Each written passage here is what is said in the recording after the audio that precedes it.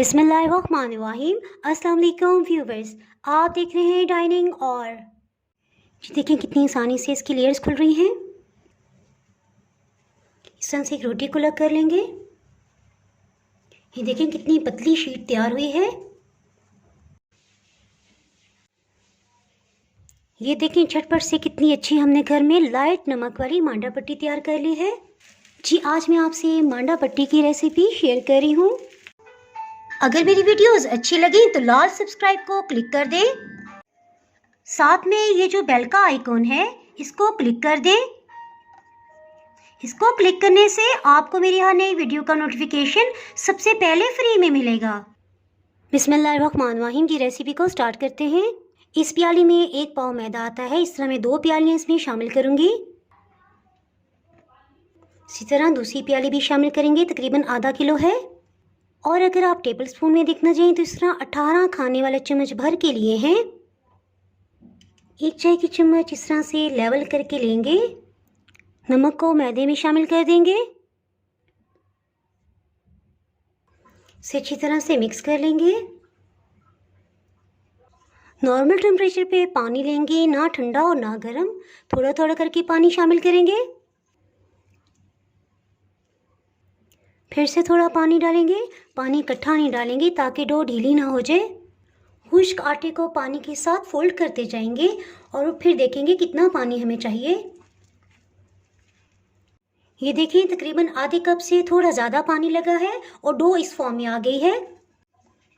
जी, इस स्टेज पे एक बाउल में इस तरह पानी लेंगे, सिर्फ हाथ को इस तरह से गीला करेंगे और इस तरह से इसे गूंद लेंगे, यानी मज़ीद पानी बिल्कुल भी शामिल नहीं करेंगे।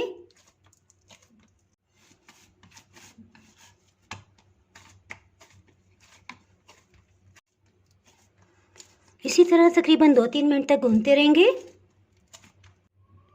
पानी में इस तरह से जब हाथ टिप करके हम इसे गूंदते हैं तो आटे को सिर्फ नमी मिलती है। इससे बहुत ही रोटी सॉफ्ट बनती है। ये सिंपल हम जो रोटी के लिए आटा गूंदते हैं उसके लिए भी एक टिप है। इस तरह गूंदने से मैदे में लचक पैदा होगी। फिर से थोड़ा सा हाथों पे पानी लगा लेंगे और पैन के चारों तरफ जो भी खुश्क आटा है इस तरह से उतार लेंगे। ये बहुत अच्छी तरह गूंदा गया है। इस तरह से इसको इकट्ठा कर लेंगे और 10 मिनट तक इसे पड़ा रहने देंगे। जी अल्हम्दुलिल्लाह 20 मिनट गुजर चुके हैं। सरफेस पे थोड़ा सा मैदा डस्ट कर देंगे। कोशिश करें कभी भी काउंटर पे रख के आप कुछ भी ना बनाएं।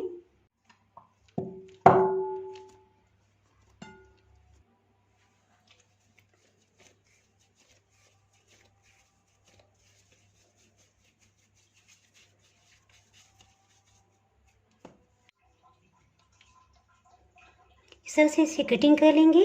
अजान हो रही थी इसलिए मैंने बात नहीं की। इस तरह से इंशाल्लाह हमें एक वज़न के पेड़े मिल जाएंगे। थोड़ा सा मैदा डस्ट कर देंगे। इस तरह से इसे लेंगे, हल्का सा मैदा लगा लेंगे। इस तरह से इसे अंदर की तरफ फोल्ड करते जाएंगे।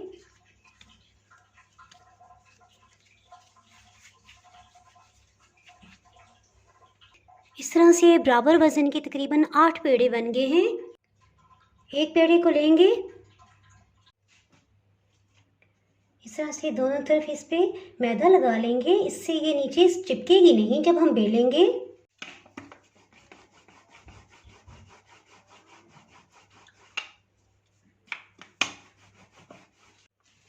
इसमें बस ये कोशिश करेंगे कि सब रोटियां एक साइज की बेली जाएं।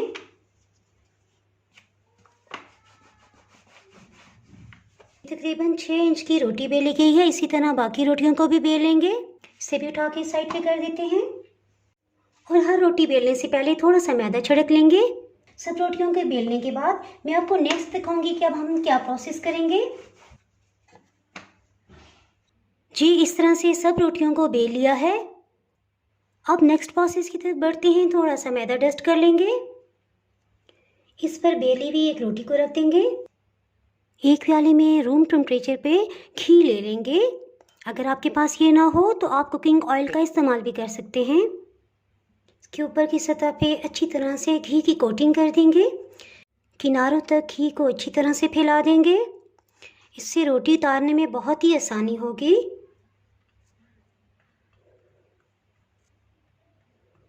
ऊपर की सतह पे थोड़ा सा मैदा इस तरह से डस्ट कर देंगे।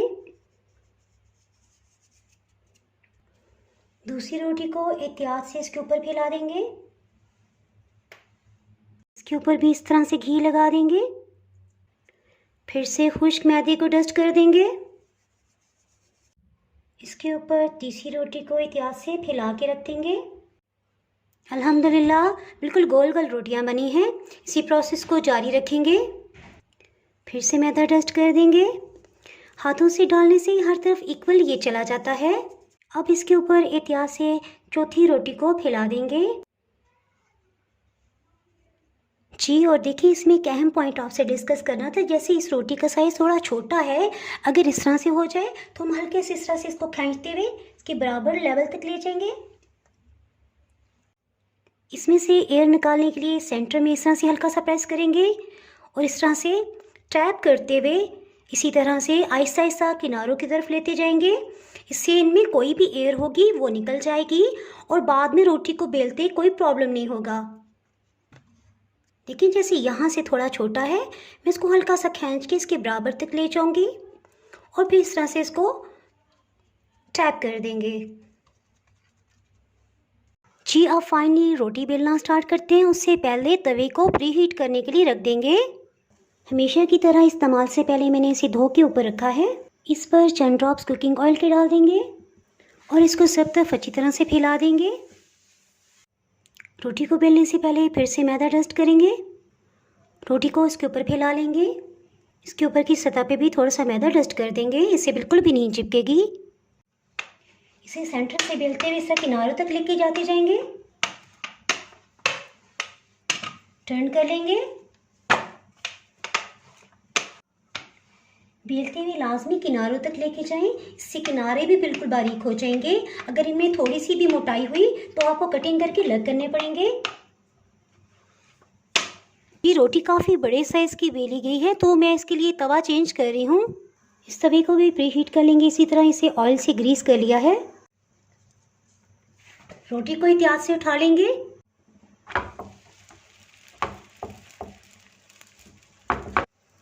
रोटी को डालते ही हीट को मीडियम लो कर देंगे। 1 से 1.5 मिनट तक मीडियम हीट पे इसे प्री हीट किया था। ये देखें काफ़ी बड़ी रोटी है। बेहतर है आप 8 पेड़ों की बजाय 12 पेड़े बना लीजिएगा, फिर आसानी से आपसे बेली जाएगी और किसी भी तवे के साइज़ के ऊपर पूरी आ जाएगी। इसे टर्न कर लेंगे। देखिए खुद बहुत इसकी लेयर्स खुलने लगी हैं। देखें कितनी आसानी से इसकी लेयर्स खुल रही हैं। इस तरह से एक रोटी को अलग कर लेंगे। ये देखें कितनी पतली शीट तैयार हुई है। इस तरह से रखेंगे। अब इसके नीचे वाली जो एक लेयर थी इसको भी उतार लेते हैं। हीट को बिल्कुल लो कर दिया था तवे के नीचे। इतनी पतली है, इसके नीचे से कपड़े का डिज़ाइन भी नज़र आ रहा है। दूसरी जो तैयार हुई थी उसको भी इसके ऊपर रख देंगे। इन दो को रख देंगे और देखिए इस शीट के अंदर अभी 2 लेयर्स मज़ीद हैं। इसे दोबारा से हम कुक करेंगे, इसीलिए हीट को लो कर दिया था। इसे दोबारा से इस तरह से सेक लेंगे। इसके साथ ही हीट को थोड़ा मीडियम की तरफ ले आएंगे।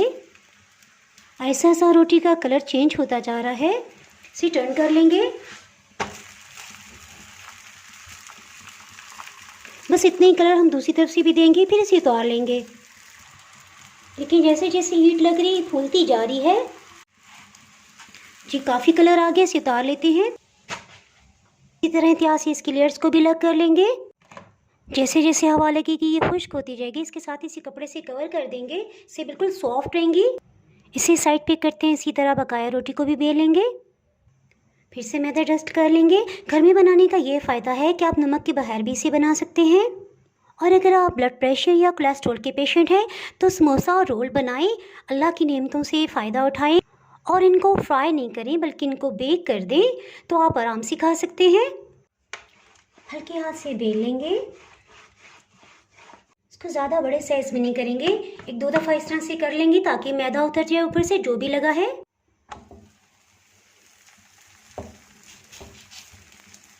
थोड़ा सा किनारों से आप प्रेस भी कर सकते हैं। हीट को मीडियम लो रखेंगे। देखिए आहिस्ता आहिस्ता रोटी का रंग बदलता जा रहा है और ख़ुद ब खुद से इसकी लेयर खिलने लगी हैं। जी जैसे देखिए इसके ऊपर का कलर चेंज हो गया है, इसको टर्न कर लेंगे। ये देखिए इसकी लेयर्स खुद बहुत खिल रही हैं। तकरीबन हाफ मिनट तक दूसरी साइड से भी सेक लिया। इसके साथ ही से तवे से उतार लेंगे, हीट को ऑफ कर देंगे। इसे एहतियात से अलग कर लेंगे। ये देखिए कोई मसला ही नहीं है। इसे साइड पे रखते जाते हैं। इसी तरह इसे फिर से टर्न कर लेंगे और जो पकी हुई रोटी है इसको भी निकाल लेंगे। दूसरी रोटी को भी अलग कर लेंगे। देखिए अगर इसमें कोई हल्का फुल्का सुराख हो जाता है तो परेशान होने की ज़रूरत नहीं, वो कटिंग में निकल जाएगा। फिर से हीट ऑन करते हैं और इसको फिर से सेक लेंगे।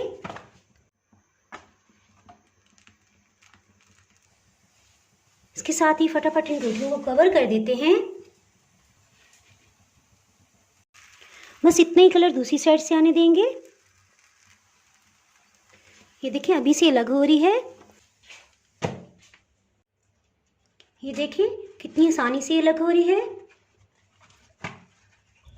इसको दोबारा से कवर कर देंगे और ठंडा होने देंगे। इसके बाद इसे कटिंग करेंगे। जी शीट्स ठंडी हो गई हैं, इसके साथ इन्हें कटिंग करते हैं। जी सबसे पहले रोल की कटिंग के लिए हम इस तरह से इनको कर देंगे। दूसरी तरफ से भी इसको इस तरह से फोल्ड कर देंगे। जी इस वाले हिस्से को हम कटिंग कर लेते हैं। यहाँ से भी कटिंग कर लेते हैं। जी इसको भी कटिंग कर लेते हैं, सीध में करते हैं और फिर इसे काट लेंगे।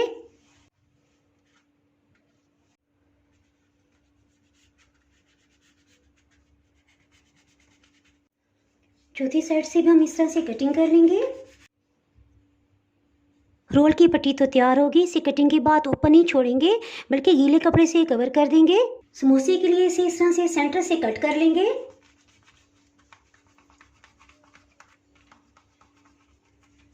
जी इसे हम दो मुख्तलिफ अंदाज में समोसे बनाएंगे। यहाँ से कटिंग कर देंगे। बच जाने वाले पीसीस को हम ज़ाया नहीं करेंगे बल्कि इसे पापड़ी बना लेंगे। इसके सेंटर से हम मज़ीद इसे दो पीसीस में कटिंग कर लेंगे। इससे हम छोटे बड़े समोसे बनाएंगे। चलें जी ये भी कट गई।